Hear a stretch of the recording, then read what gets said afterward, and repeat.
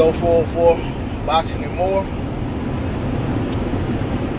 Shout out to the LDBC, shout out New Media. Welcome back to the channel to my subscribers and repeat viewers. If you're new to the channel or you haven't subscribed to the channel, I ask that you please hit that subscribe button and that bell icon. Drop a comment in the comment section and smash that like button for me. I want to talk about Boo-Boo Andrade. So with Boo-Boo, Demetrius Andrade, I don't even like calling him Boo-Boo. I don't know why I said that. Anyway, Demetrius Andrade had a fight against Walter. I don't know how to say his last name. Not gonna butcher. The guy from, I think it was from Namibia.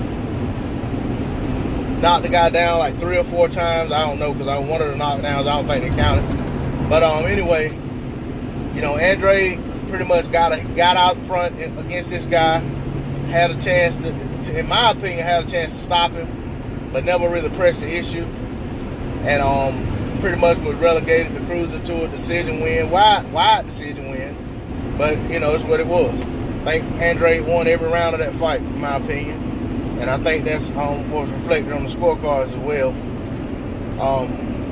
You know, for Andrade, the talk is coming out of that fight, a lot of people are unimpressed because they've heard so much about talent, and all these tools Andrade possesses, all these people he's beating, the amateurs, and so forth and so on. So I think some people are disappointed because when they actually saw the fight, it wasn't what they expected to see out of it. You know, first thing I want to say about that is, you know, short notice in boxing, it does hurt both guys.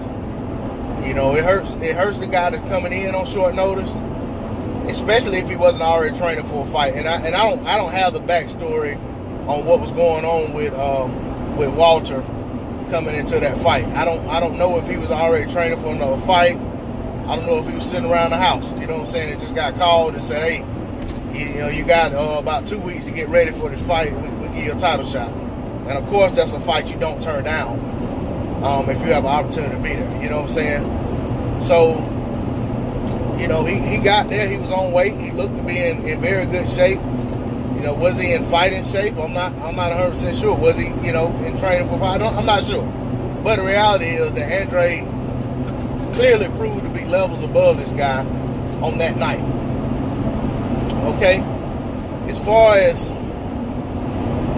what I was saying about it, you know, being a disadvantage to both guys, Andrade was training for a slick outboxer in Billy Joe Saunders, and he ended up having to fight this guy. You know what I'm saying? So it's almost like at the last minute, his training camp had to change gears. Okay, let's study this guy here. This is who you're fighting. You know, so I can see that disadvantages on both sides. But that said, once they got in the ring and Andrade got that rust off of him, you know what I'm saying, and Andrade saw that he could, you know, could land good shots on this guy and hurt him, he never did press the issue.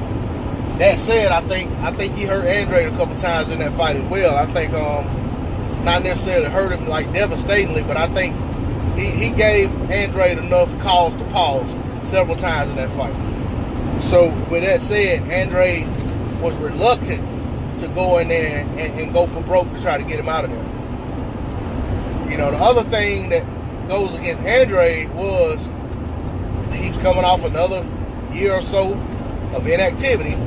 You know, he signed the HBO deal and made that HBO debut. And fought Alantez Fox 6'5" middleweight, his middleweight debut, and he was coming off a long layoff then. So, you know, the fact remains that we haven't seen Andrade fight without having a long period of inactivity in some time. I mean, it's been about 3 or 4 years maybe, since he was fighting consistently. But that said, we don't know how much he has lost over the years, as far as, you know what I'm saying, how much his skills have eroded. You know what I'm saying?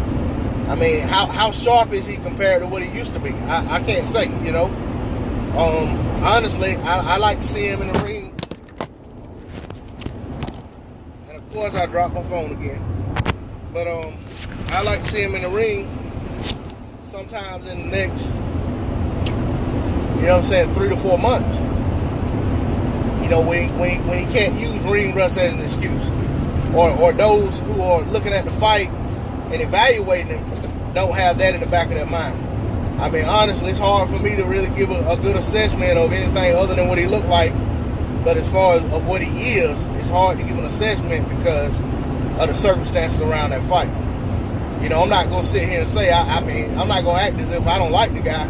I mean, outside the ring, I don't care for him. I don't care for his antics and how he acts sometimes. But, as far as a fighter, I've always been a fan of him. But I've always felt like he was an underachiever. So, I want to see what he has, when he's fighting consistently and as he steps up in competition at 160.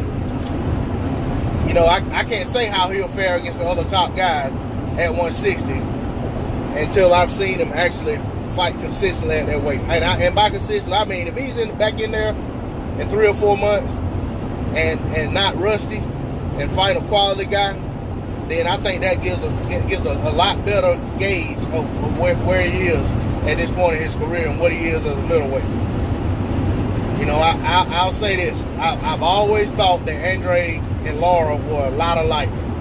I referred to Andrade on a post yesterday as Lara 1.5. I really feel like, and I always felt like this. I said, when him and Lara were talking about fighting and they were going back and forth about who was ducking who and the fight was supposed to come together, then all of a sudden both guys blame the other guy for not signing the contract.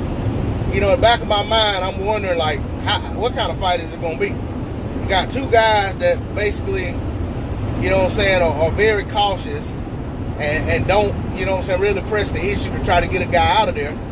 And neither one of them are really kind of like, they both really kind of are wait and see type fighters in the ring. It's kind of like, let's wait and see what the other guy brings to the table and see what I have to do. More counter punching and being cautious than actually taking the lead. I've always felt like that fight, could have went several ways, but it was like, it's a fight I really want to see. Is it going to look like an amateur contest? And that's almost what it's almost why I was glad the fight didn't happen. But at the same time, I hated that the fight didn't happen because I felt like at that time it was a fight both guys needed because neither one of them were really fighting, the fights you wanted to see. But, that said, I'm eager to see what's next for Andrade. If Billy Joe comes back and gets licensed again, that's still a fight I want to see. And I'm thinking that maybe, Billy Joe's been told that he'll get a shot at his belt, once he comes back. This is just me guessing, to be honest. It's nothing I heard. This is just speculation on my behalf. So I'm not going to state it as a fact. I'm saying I'm thinking that it may have been the case that Billy Joe was told, give up your fight to try to retain this title. You'll get a title shot down the line as soon as all this mess is cleared up. And if that's the case, I don't think Andrade should have any hesitation making that fight, considering that he said he was willing to fight him even though he had failed the drug test. So, I'm eager to see how it all plays out.